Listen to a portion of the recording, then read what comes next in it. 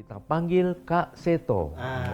Ya, memang itu dimulai pada tanggal yang sangat unik ya.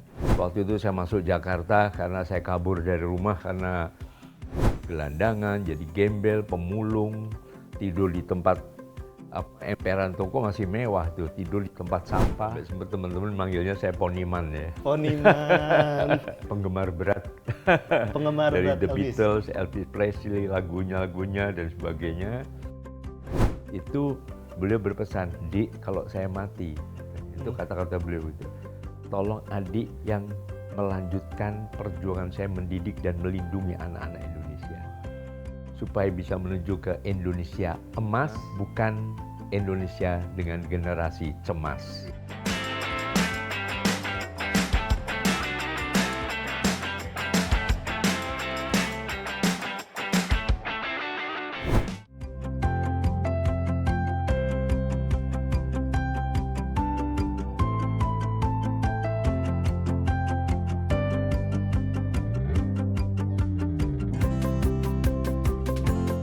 Halo sahabat suara, kembali lagi di Lekat, kenal sosok lebih dekat. Bersama saya Aco dan kali ini saya sedang berkunjung ke salah satu rumah sosok yang terkenal ramah dengan anak atau yang bisa disebut dengan sahabat anak. Nah, siapakah beliau? Beliau adalah Kak Seto. Nah, kalau gitu kita langsung aja ke dalam buat ngobrol-ngobrol sama Kak Seto.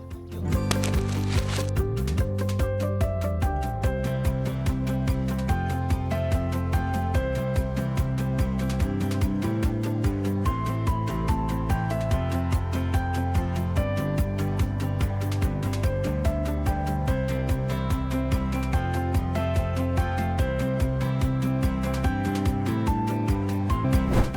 Ya, sahabat suara, sekarang kita sudah bersama dengan Kak Seto.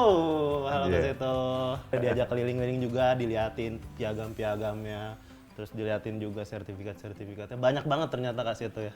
Ya, kumpulan dari masa ke masa. Iya, banyak banget ini, full dinding ini isinya itu semua. Bahkan tadi saya lihat ada figura dari Elvis Presley. Penggemar berat. Penggemar Dari berat The Elvis. Beatles, Elvis Presley, lagunya dan sebagainya. Tapi The Beatles nggak ada tapi figuranya. Ya, mungkin waktu itu pernah kena banjir kan, terendam sampai 3 meter kan. Jadi banyak patung-patung atau berbagai hal, bahkan buku-buku segala juga rusak semua. Nggak terselamatkan ya. Nggak terselamatkan, ya. Udah nonton filmnya sebelumnya? Kak Seto, baru-baru ini kayaknya belum lama. Iya, Elvis Presley. iya. Ya Kak Seto, kita mau ngomongin tentang Kak Seto nih di Lekat, kenal sosok lebih dekat. Kak Seto kan udah terkenal banget image-nya nih sebagai sahabat anak, ya kan? Iya, Setiap ada kasus anak ataupun yang menyangkut paut soal anak-anak tuh pasti Kak Seto hadir di situ. Emang Kak Seto seneng sama anak atau bagaimana? Iya, memang itu dimulai pada tanggal yang sangat unik ya. Jadi waktu itu saya masuk Jakarta karena saya kabur dari rumah karena gagal masuk kedokteran, gagal masuk Akademi Angkatan Bersenjata Akabri waktu itu dan sementara kakak saya, saudara kembar saya udah kuliah, saya tidak. Nah, saya malu. Bahasa Perancisnya minggat ke Jakarta. Minggat. Nah, kemudian meraya karena nggak punya teman, nggak punya saudara ya jadi gelandangan, jadi gembel, pemulung, tidur di tempat emperan toko masih mewah tuh, tidur di tempat sampah.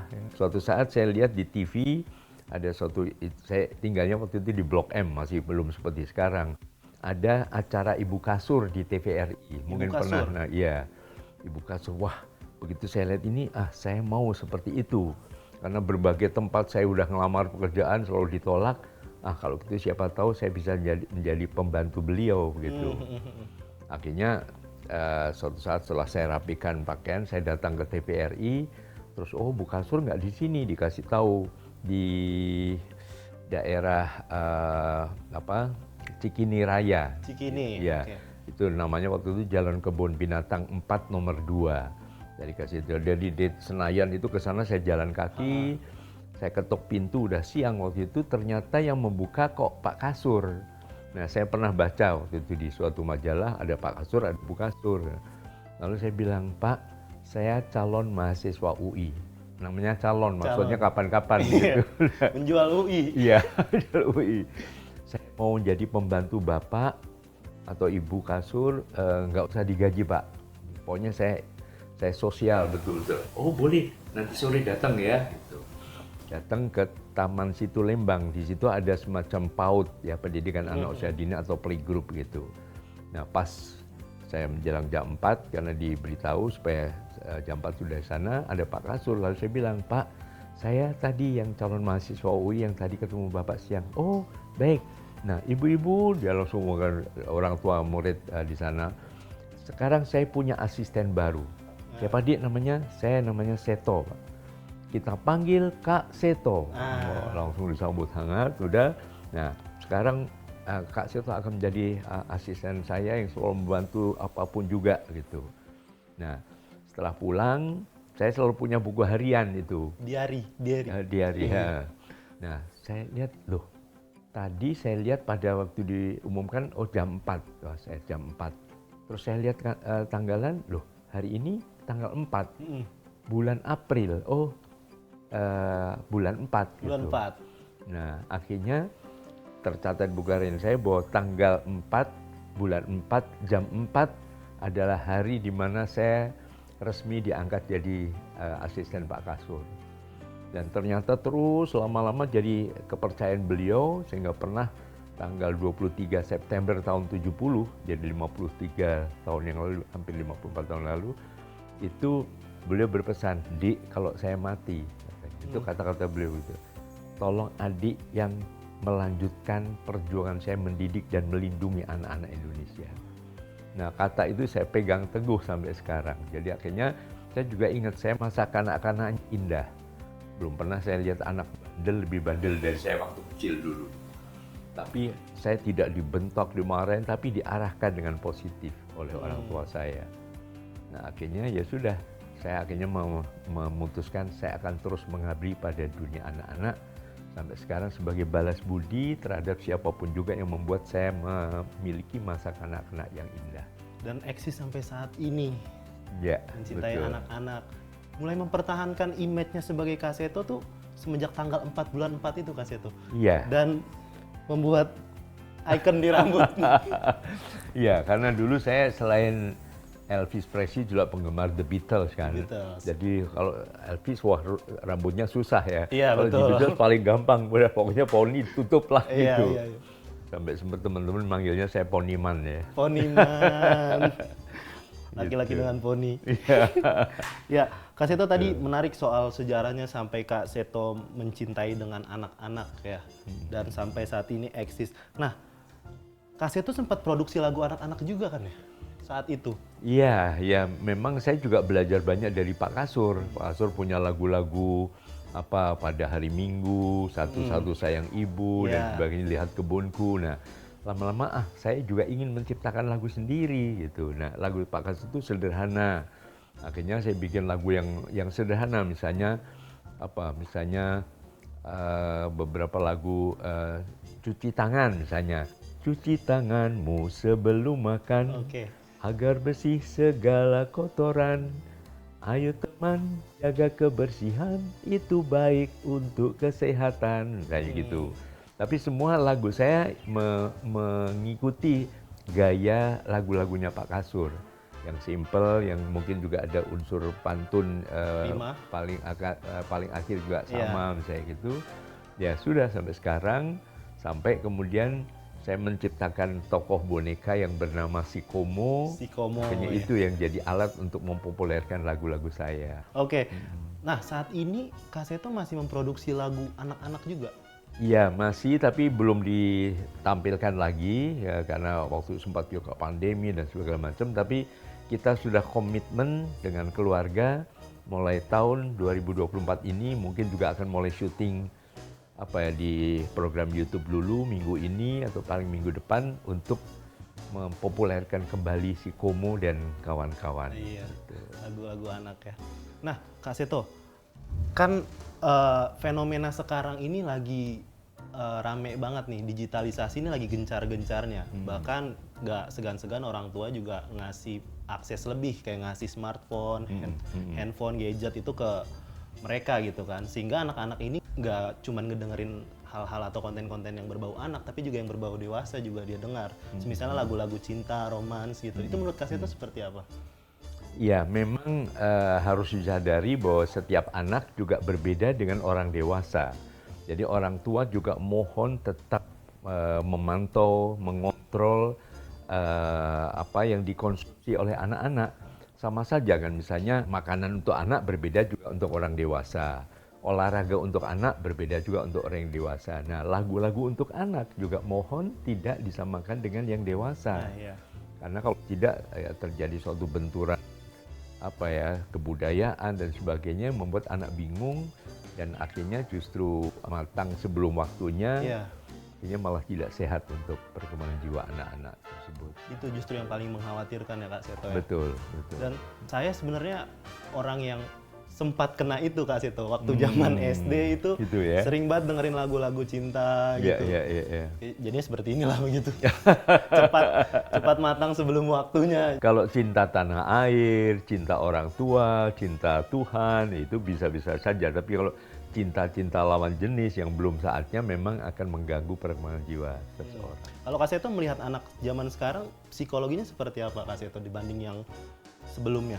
Dari zaman-zaman Iya, 90-an. memang setiap anak, setiap generasi kan berbeda ya. Mungkin saya dari dulu kan saya generasi baby boomers ya. Baby boomers. Ya, saya dari tahun kan dari 46 sampai 64 ya. Itu kan masa sehabis Perang Dunia Kedua, jadi suasananya beda, pendidikan juga keras, jadi biasanya lebih disiplin, lebih tegar, lebih bisa menghadapi berbagai masalah dan sebagainya.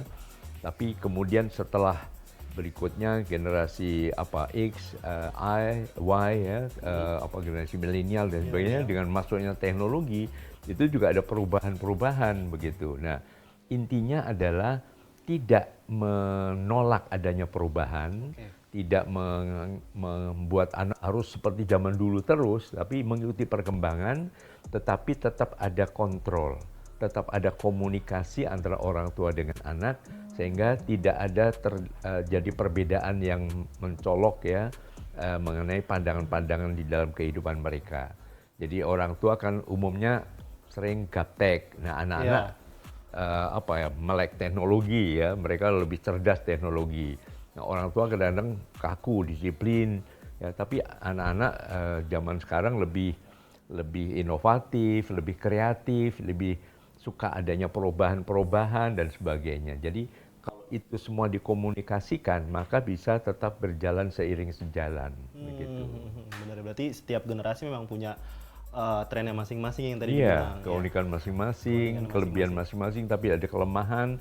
Nah, itu dikomunikasikan. Misalnya beberapa mengatakan zaman sekarang memang cenderung kreatif, cenderung berani melakukan perubahan-perubahan, tapi kadang-kadang tadi dari sudut pandang yang sebelumnya, wah terlalu kaku, tidak bisa ini ya, tidak mengenal disiplin. Iya, disiplin. Ya, akhirnya ya karena benturan-benturan, kadang-kadang orang tua sekarang masih memaksakan dengan cara-cara sebelumnya, dengan cara kekerasan, dibentak dan sebagainya. Nah, akhirnya sering terjadi konflik atau ya masa kanak-kanak yang harusnya indah menjadi hilang.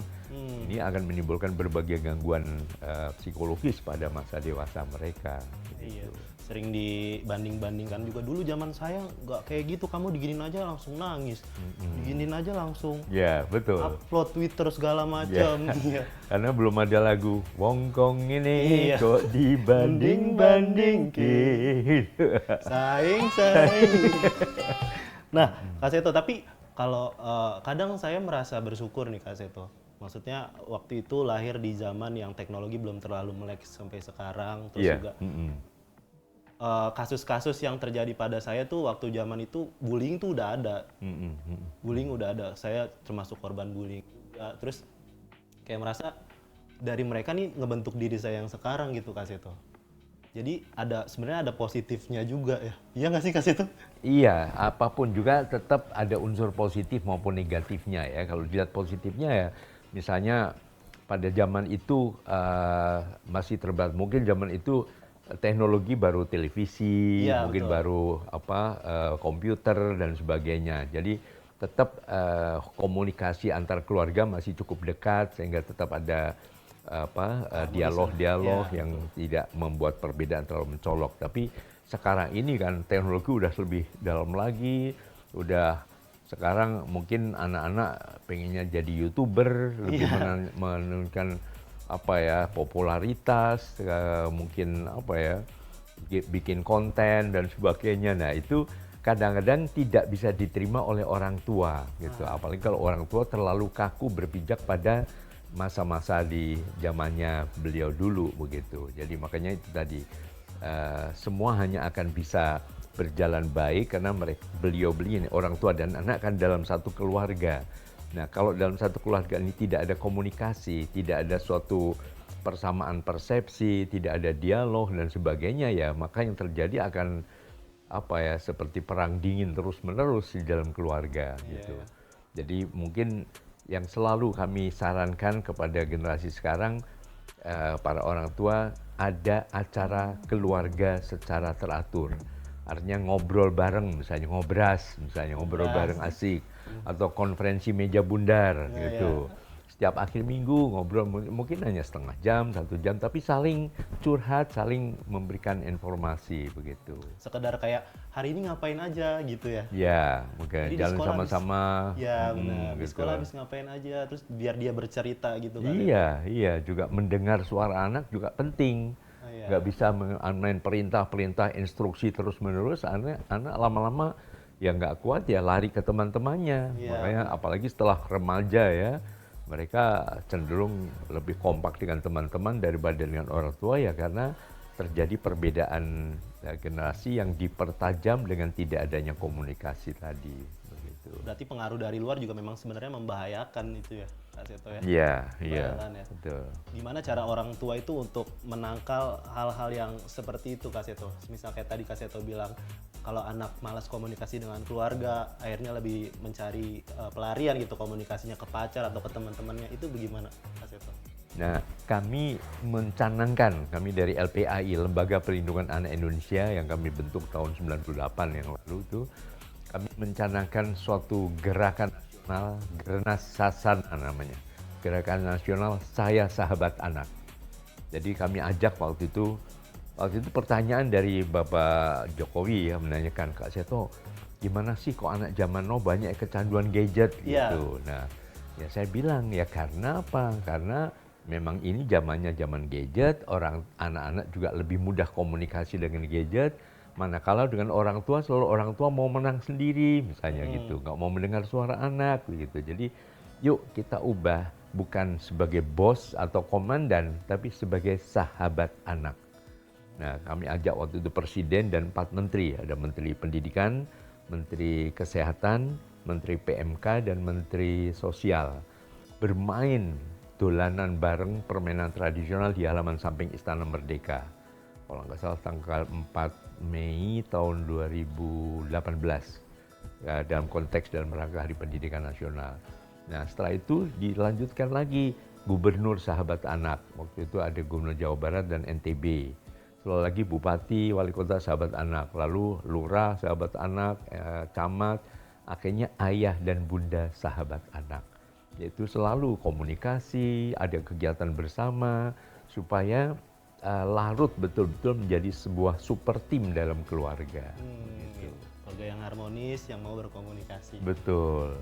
Oke, terakhir Kak Seto, boleh kasih quotes-nya buat para keluarga dan juga orang tua, begitu juga anaknya. Ya, kedepannya seperti apa? Silakan Kak Seto. Ya, intinya adalah bahwa kita adalah satu tim yang harus kompak. Baik dalam keluarga, baik RT RW, mungkin juga kelurahan, akhirnya sebuah kota, kemudian negara, ya, bangsa Indonesia itu harus sebuah tim yang saling komunikatif.